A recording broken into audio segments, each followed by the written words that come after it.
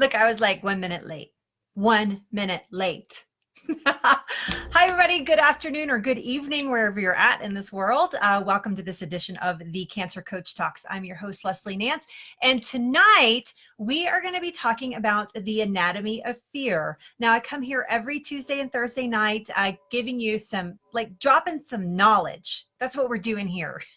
As a cancer coach, it's really important for me to drop some knowledge bombs. And so today I'm going to do that. People call them truth bombs. I like to call them knowledge bombs. Today we're going to do that. We're going to be talking about the anatomy of fear, and maybe how it's holding your progress hostage, and maybe it's keeping you from achieving your dreams in your life even. And so we're going to talk about that. I'm going to give you some tips on actually how to use fear for good. Believe it or not, fear actually plays a role in our positive mindset. And we're going to talk about that tonight. We're going to talk about the empowerment of that. So hello, it's good to see you, Anne. Thank you so much for being here. It's always good to be here with you guys. So let me introduce myself super fast in case you are watching live here. Hi, Eugene. Hi, Leanne. It's good to see you. In case you're watching live here on Facebook, if you're watching a replay on Facebook, or maybe you're watching a replay or a recording on YouTube, wherever you're watching from, thank you so much for joining me tonight or in replay. It's really good to have you here. So if you are live here tonight, please type in your questions as we go along. Hello, Jennifer. It's good to see you. Thank you so much for being here. You guys are awesome for popping in so early tonight. I'm going to start tonight's broadcast off, and I'm going to repeat myself several times this evening, but I'm going to start tonight's broadcast off with a very simple question. And I would love it if you guys, if you want to drop in your answer to the question. I'm going to actually type it in right now, and that is, what is, hold on just a second. What is your biggest fear about cancer? All right. So that is like the truth bomb tonight, right? No, knowledge bomb, not truth bomb. I just said I called it a knowledge bomb and not a truth bomb, and then I just called it a truth bomb. But whatever. Hi, Riley. It's good to see you. Hi, Lisa. Thank you so much, everybody, for joining in. So I'm going to type this in right now. I'm going to see if I can pin it. Will it let me pin it? Yeah. Okay. So we're going to pin this comment to the top. And I would like for you guys to type in throughout the broadcast when you think of it. If I trigger something in your mindset, or you want to just type it in right now, what is your biggest fear about cancer? So we're going to be very cancer specific tonight, right? I love that. Anna's saying leaving my life. That is a good fear. I actually like that fear, believe it or not, right? Hi, Riley. It's good to see you. Love you so much, Riley. Giving you big hugs this evening. Okay, so here's the first knowledge bomb for the night. Fear can be a cancer within our cancer journey. Have you ever thought about it like that? Have you ever thought about fear and its possibility of being its own cancer within our cancer journey?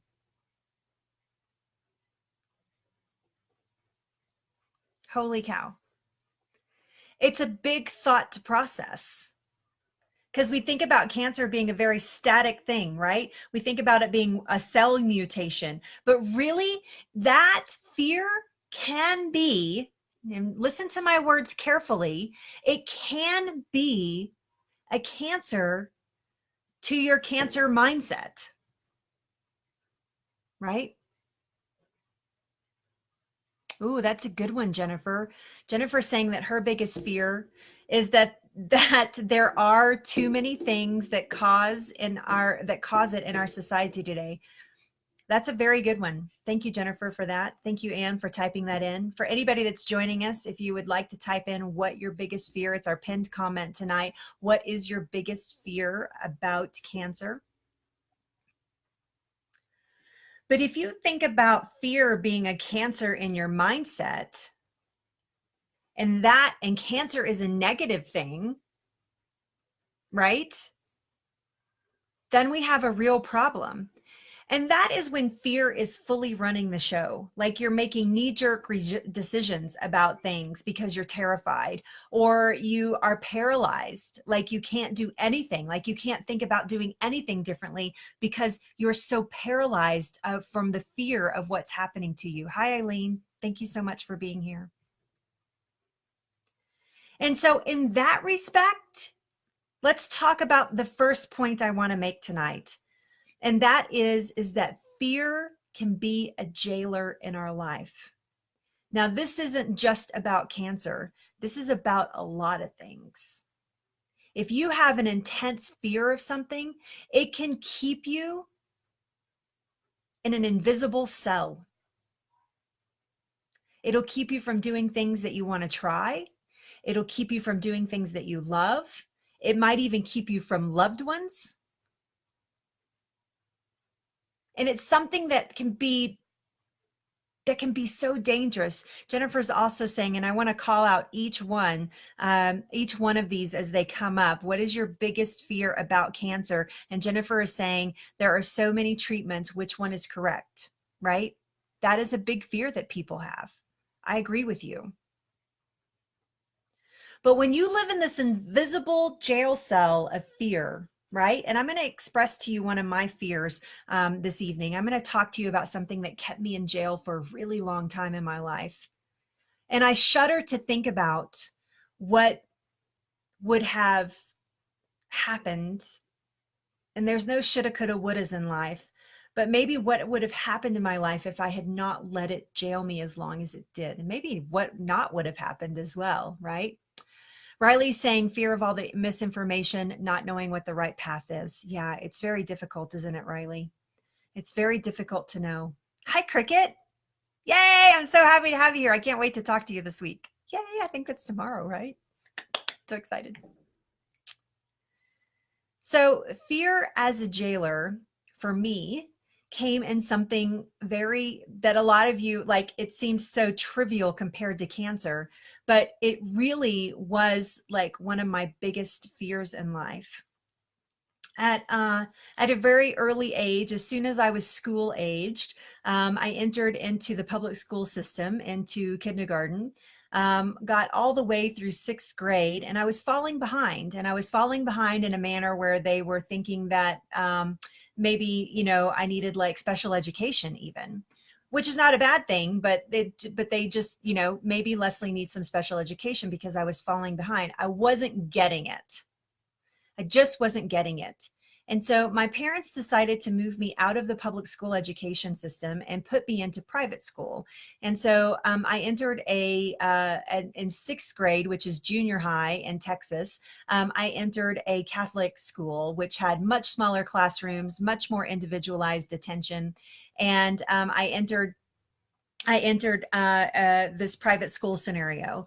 And at about the middle of my 6th grade education, my mom and dad were called into my principal's office with my teacher. And in this school, we only had instead of having teachers for different like math and science and whatever, we had one teacher that taught us everything in 6th grade. And her name was Sister Irene. And Sister Irene was an amazing woman who I really respected and loved because she was so attentive and so caring about every single one of us. Right? Right? I know Sister Irene would be very proud of me now. But Sister Irene requested an audience with my parents and myself, and we actually met in my principal's office, and I thought I was in big trouble. And her name was Sister Mary Ellen. And so Sister Irene and Sister Mary Ellen was a little bit of an imposing person. She was just like, you think about strict Catholic nuns. Well, this was Sister Mary Ellen, but she was sweet, but she was firm. And so she ran that school it was very precise. Her manner for running that school was very precise. And so we all got called in the office. I was in 6th grade, and I don't remember how old I was at that point, but I was young. And I don't know how old 6th graders are. And so got called into her office, And they began to explain to my mom and dad that they wanted to do some testing for me because Sister Irene suspected that I was a dyslexic. And not only was I dyslexic, I was a severe dyslexic. And they explained what dyslexia was. I'm not sure that my parents even knew what it was. And I was just sitting there as a kid and I'm like, am I dying? I thought it was like a disease or something. Like I was, like, oh my gosh, like, is this going to kill me? I didn't know what it was. So, and so my parents were like, absolutely. So they did some testing, and sure enough, Leslie is a severe dyslexic. So fast forward throughout, and so in that Catholic school through 6th, 7th, and 8th grade, they actually taught me how to work around my dyslexia, but I still fell behind. I still was having a hard time transitioning. So I went to another private school in high school and struggled all the way through high school. In fact, got held back my sophomore year. I got held back a grade because I did not have passing grades, and so they held me back. I was supposed to be the class of 1988, and I graduated in 1989. By the time I hit my junior and senior year, I was actually making AB honor roll because I pulled my head out of my booty and decided that, I should study. And I did. And I used my dyslexia as a crutch. I'll be honest with you. As I entered the workforce, by the way, because I was held back, I felt like a jerk my entire school life. Like I just felt like I was stupid and I didn't understand and I wasn't grasping concepts and I couldn't do math and I couldn't spell and I couldn't do English and none of that stuff made sense to me. I ended up in summer school my junior year because of math and I didn't understand math. And so I let that fear jail me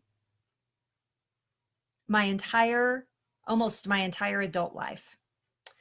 I really held back on my potential for writing. I held back on my potential for running my own business. I held back on my potential for a lot of things because it scared me, because I was terrified, because I felt stupid my entire life. And I know that's a strong word, but I'm going to use it. I felt stupid, not ignorant, stupid. And I felt like I wasn't worthy enough. And as I started progressing through my career, I noticed that it was becoming less and less of a hindrance because indeed I was actually pretty darn smart. So in my 20s, I actually started my own business and did very well, ended up selling it, making it a kind of a bucket load of cash. But it didn't have anything to do with writing or anything like that. It was just this crazy thing that happened in my life. And so then I realized that I was pretty good at this sort of thing. And I was an event planner, by the way. I was a caterer and event planner, and I owned a large business and did very, very well for myself because I have a really good personality and I could,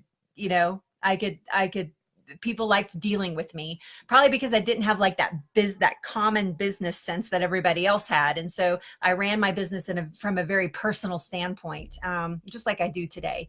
And I began to realize that that was an asset, but I still wouldn't do anything where I had to write a lot or had to do a lot of paperwork or anything like that. It was always creative work. So everything that I did in my career was creative work from that point on, because I realized that from a creative standpoint, you didn't need to do all of that. And so, hi, Sherry, it's good to see you. And so then, I know this is a long story, I'm getting to the point right now. And so then I had cancer. And this was in 2012. And I wanted to start a blog, and I could not hold back the information that I knew about healing the body. It was an impossibility. And so I had to break through the next biggest fear in my life. My first fear was cancer, that I was going to get cancer. My entire life I feared it, and I got it.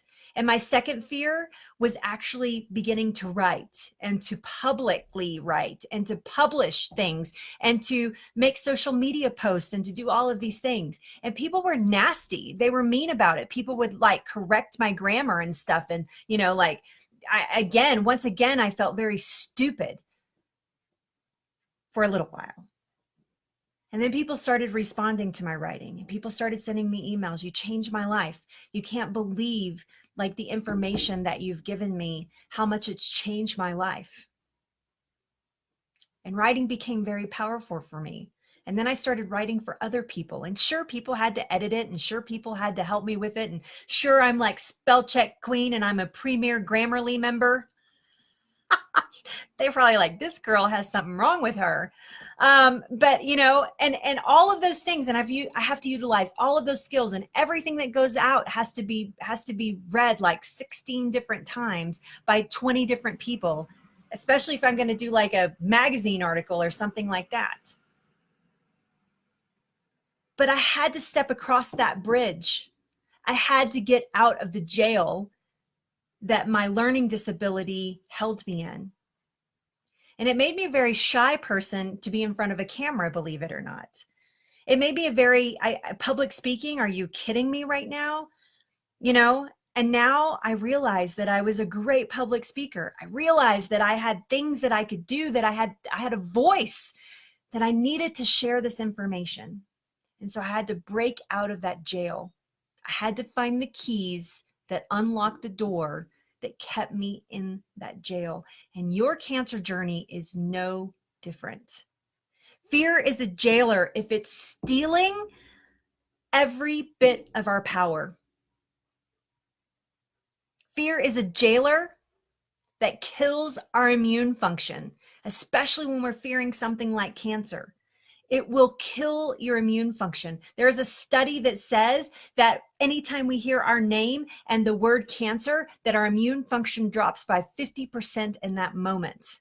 50%. So you can imagine if you stay in that spiral, what's happening to your immune system. You could be eating the best diet on the planet. You could be doing everything right physically, but if you're living in that fear, that paralyzing fear, and not using it to your advantage, then you're killing your immune system.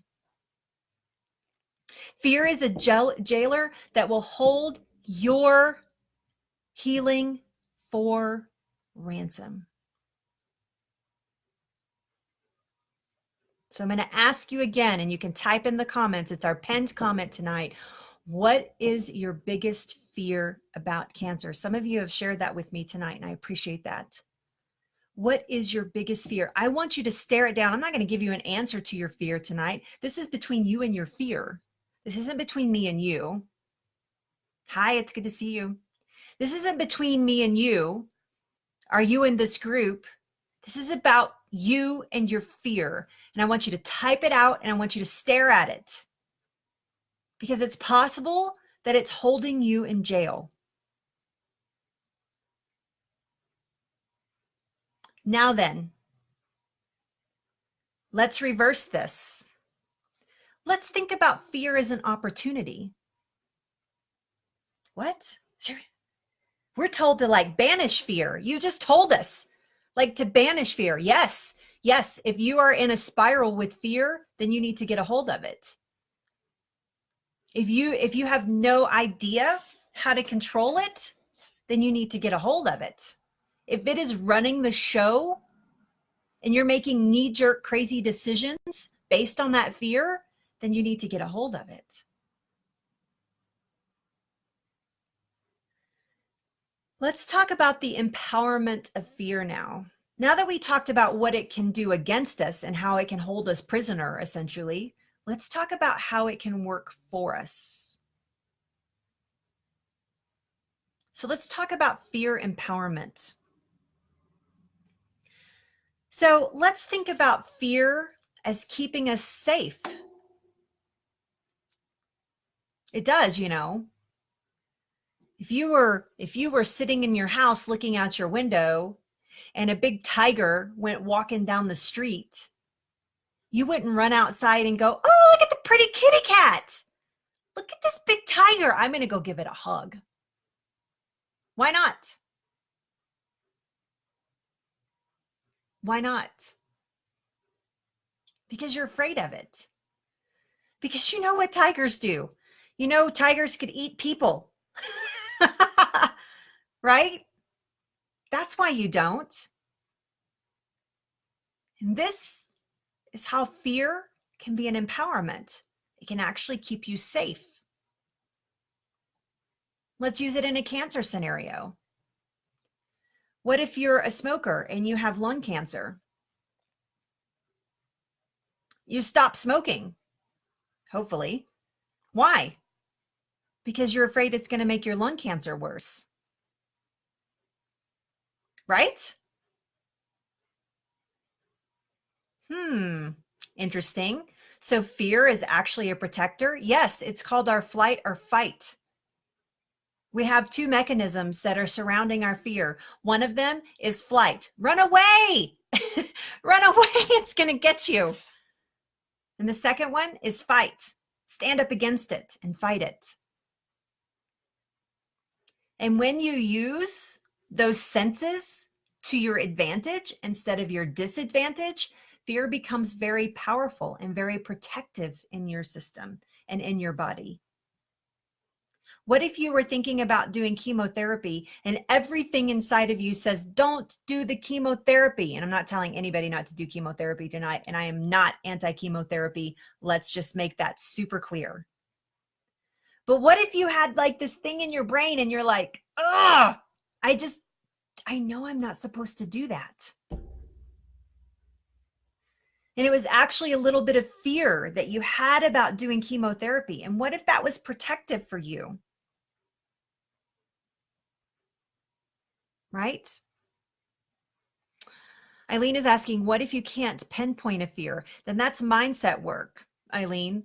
That's how I work with my clients, actually, is to help them through that mindset so that you can pinpoint. Sometimes you need professional help for people to help you through those mindset issues. We talked about it last week. What is blocking your healing? What is the blocked healing pathway there, right? Eugene says that his biggest fear is it coming back and spreading to other organs. That's a valid fear. So what do you do about that? What do you do about that? You do everything possible to make your body as inhospitable as possible to disease. That's how that fear protects you. That's a perfect example, actually, Eugene. That's how that fear protects you. If your fear is cancer coming back or getting worse or spreading, then instead of it jailing you and consuming you, then you do what makes you confident that it will not come back. Right? Sherry's saying, eat better. Exactly. Paying attention to those things. That's a mindset issue.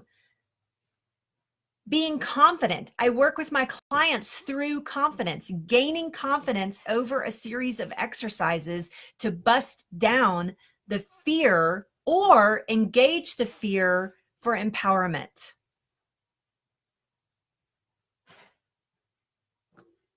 It's very powerful. Fear keeps us vigilant. This is exactly what you were talking about, Eugene.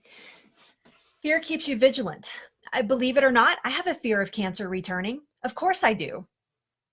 I'm a 6-year cancer survivor. Of course I have a fear. You guys probably think I'm bulletproof, right? Like I have a bulletproof mindset. Leslie probably never fears cancer coming back. No, BS. Of course I fear it. But I use it for my advantage. I use it to empower me. I use it to stay vigilant. I use it to keep me safe from it.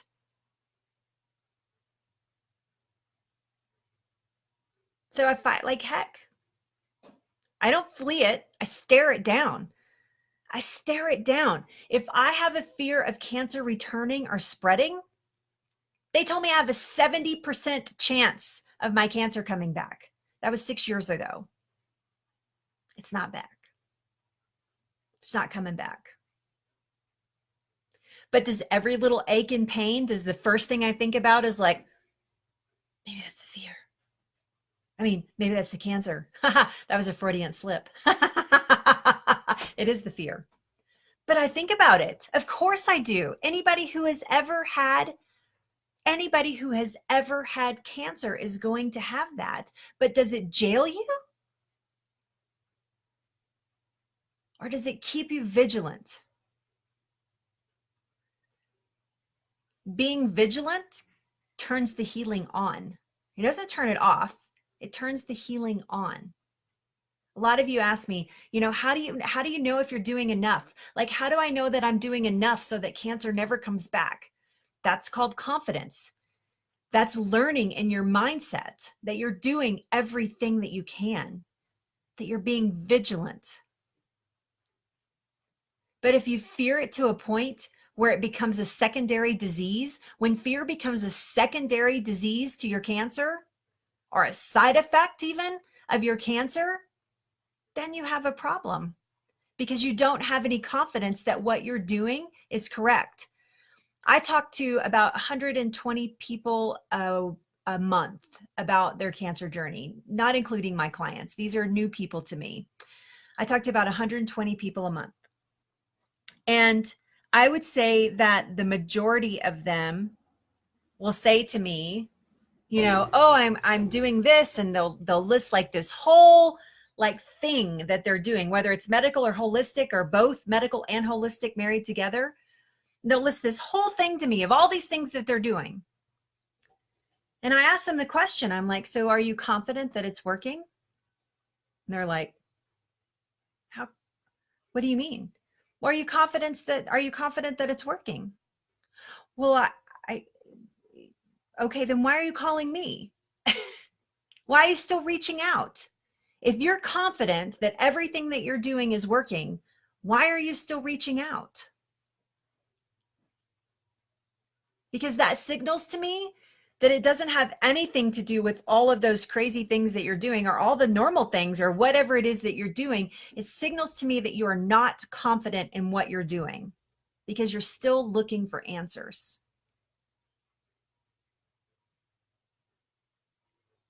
And it's okay to like seek information, but a lot of people, like, they have no confidence in what they're doing. They have no idea why they're doing what they're doing. It's like a 50-50 chance that it might or might not work, or what they're doing is correct or not. And it's because fear is controlling that pattern. It's controlling that path. And so I do my best with every single client when they leave my program that they are confident about what they're doing. That not that they don't ever have like moments where they're like, oh, goodness gracious, this is scary. But they've mastered those emotions, that they understand what the response should be. Not that fear never comes back, but they understand how to deal with it when it does come. That confidence is everything. Hi, Marcy. It's good to see you. Love you, Marcy.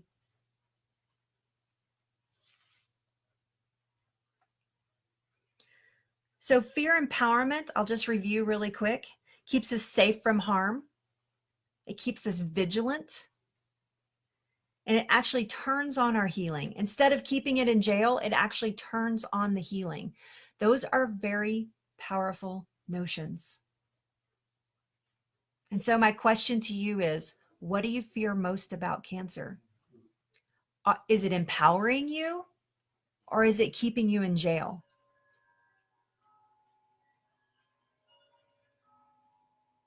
Are the things that you're doing, are the techniques and the methods that you're doing, are they 100% like you know that you're doing the right thing? Are you still a mess? And you're still confused about what the next steps are?